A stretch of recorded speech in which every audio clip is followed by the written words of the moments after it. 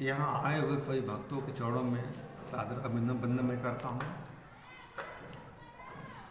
जमाने में कहाँ टूटी हुई तस्वीर बनती है, सत्संग में आकर बिगड़ी हुई तकदीर बनती है। क्योंकि जमाने में कहाँ टूटी तस्वीर बनती है और सत्संग में आकर बिगड़ी हुई तकदीर बनती है। जिसकी बिगड़ी तकदीर है, अगर वो सत्संग करे, सत्संग में जाए तो तकदीर इंसान की बन जाती है। बिन सत्संग विवेक न होई, राम कृपा बिन सुलभ न सोई। बिना सत्संग के ज्ञान मिलता नहीं है और बिना परमात्मा कृपा से संतों का साथ नहीं मिलता है। प्रथम भक्ति संतन कर संगा, पहली भक्ति है संतों का साथ करो। संतों साथ करेंगे तो बाकी सब भक्तियाँ ऑटोमेटिक अपने आप चली आएंगी। दिल की आग नहीं बुझती दरियाओं के पानी से, मेरी जिंदगी में बाहर आ जाती है सत्संग में आ जाने से। जो इंसान सत्संगी होता है उसके जीवन में हमेशा बाहर रहती है, वो ज्ञानी होता है। भगवान ने गीता में 4 तरह भक्त बताए हैं, आर्थ, अर्थार्थी, जिज्ञासु, ज्ञानी। आर्थ वो होता है जो दुखी होता है, परमात्मा दुख दूर करने की विनती करता है। अर्थार्थी वो होता है परमात्मा धन चाहता है। जिज्ञासु होता है वो परमात्मा को जानना चाहता है। ज्ञानी होता है, भगवान कहते हैं ज्ञानी मेरा ही रूप हो जाता है वो है। फिर ज्ञानी की किसी कमी का एहसास आभास नहीं होता है। लकड़ी से लकड़ी कटती नहीं, कोशिश करना बेकार है। ऐसे ही सत्संग के बिना ज्ञान मिलता नहीं, कोशिश करना बेकार है। जैसे लकड़ी से लकड़ी काटा नहीं जा सकता है, ऐसे ही बिना सत्संग के ज्ञान प्राप्त नहीं किया जा सकता है। यह सत्संग की मस्ती इतनी नहीं सस्ती, बंदे मिटा तो अपनी हस्ती। इस सत्संग आनंद जब आएगा अपनी हस्ती मिटा देंगे, मैं कुछ हूँ ही नहीं। क्योंकि जब तक हम हैं तब तक हे प्रभु तुम गुम हो। जब हम मिटे, हे प्रभु जहाँ देखूं वहाँ तुम हो। हम मिट गया, हर जगह वही दिखाई पड़ने लगता है, मेरा मालिक दिखाई पड़ने लगता है। सब जगह स्वरूप है। अब इधर बैठ जाएंगे कि सत्संग की डोर खींच लाती है मुझको, मैं हो जाता हूँ बेकाबू। ना जाने कैसा है सत्संग का जादू, मेरे दिल पर नहीं रहता मेरा काबू। जो सत्संगी होता है उसके बिना सत्संग चैन नहीं मिलता है। जो शराबी आदमी होता है बिना शराब चैन नहीं मिलता है। जो सत्संगी होता है सत्संग में जाने पर दूसरी दुनिया हो जाती है, वो है तो दूसरी दुनिया हो जाती है। दुनिया में जगह जगह ढूंढा कि जन्नत कहाँ है। जब सत्संग में आया तो पाया जन्नत यहाँ है। जहाँ संत लोग बैठते हैं वही जन्नत है। जहाँ अच्छे लोग इंसान बैठते हो वही जन्नत है, और जहाँ बुरे लोग रहते हैं वो धोखा है। कबीरदास कहते हैं, बिल खोदक खोदक चूहिया मर गई, मजा करे भुजंग।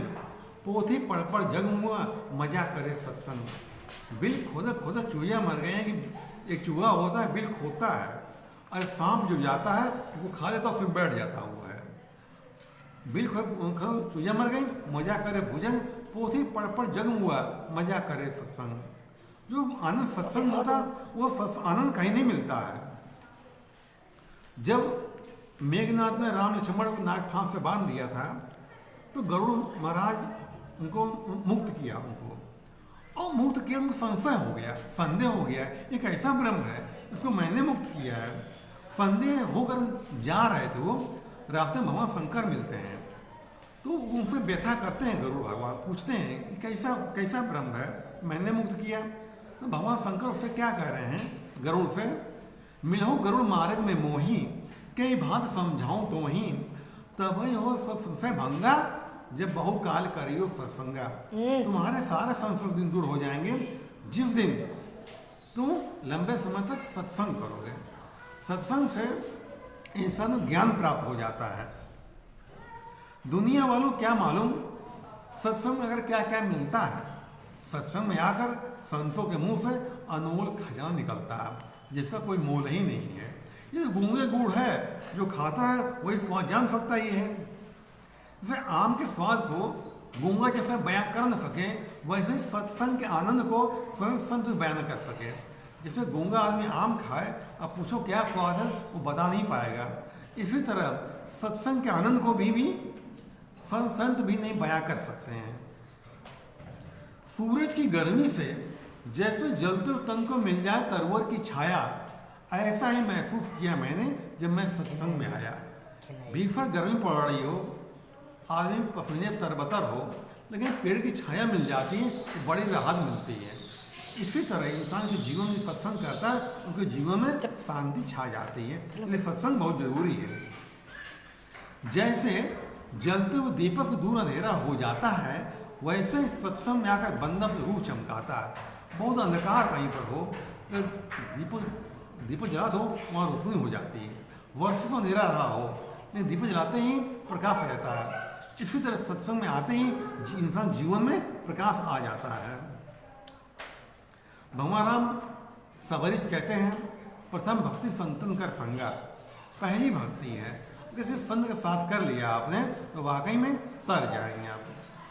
संत की संगत कर ले बंदे चेहरों को नूर करे, संत की संगत कर ले बंदे मैल दिलों की दूर करे। जो संतों के साथ करता है तो चेहरे पर नूर झलकता है और मन की जितनी मैल होती है सब दूर हो जाती है। फटा हो कपड़ा बिना सुई के कभी सिला न सिलेगा। फटा हो कपड़ा बिना सुई के सिला सिलेगा।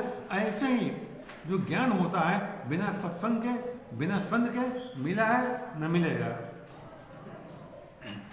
एक बार की बात है, विश्वामित्र और वशिष्ठ दोनों मित्र थे आपस में। तो विश्वामित्र वशिष्ठ जाते हैं विश्वामित्र के यहाँ मिलने के जाते हैं। तो विश्वामित्र उनको अपने साल भर का तपस्या का फल देते हैं, उनको आमंत्रण करते हैं कि आप भी हमारे यहाँ कभी आइएगा। कुछ समय बाद विश्वामित्र जो है वशिष्ठ के यहाँ आते हैं तो स्वागत सम्मान करते हैं इनका, और अपने जो है एक घड़ी का सत्संग का फल उनको दे देते हैं। मैं फल आपको दे रहा हूँ। विश्वामित्र नाराज हो गए, कहे कि मैंने आपको इतने वर्षों में फल दे दिया और आप मुझे सिर्फ घड़ी के सत्संग फल दे रहे हैं। तो उन्होंने कहा घड़ी के सत्संग फल बहुत महत्व रखता है, तो मैं कैसे महत्व रखता है ये।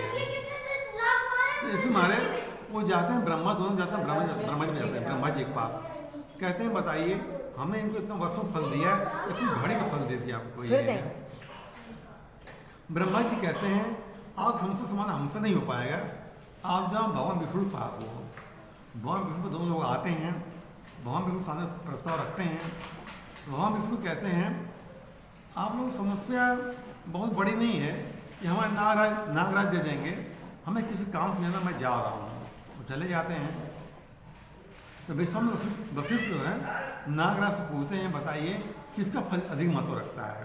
तो नागराज ने कहा मेरे सर पर धरती का बोझ है।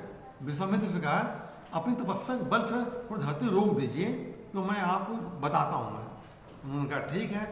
उन्होंने धरती का मैं तुम्हें 1000 तपस्या फल मैं दे रहा हूँ, धरती रुक जा। धरती नहीं रुकी जा करके। फिर उन्होंने कहा मैं सारे जीवन तपस्या फल मैं तुम्हें दे रहा हूँ, रुक जा। फिर वो नहीं रुकी जा करके।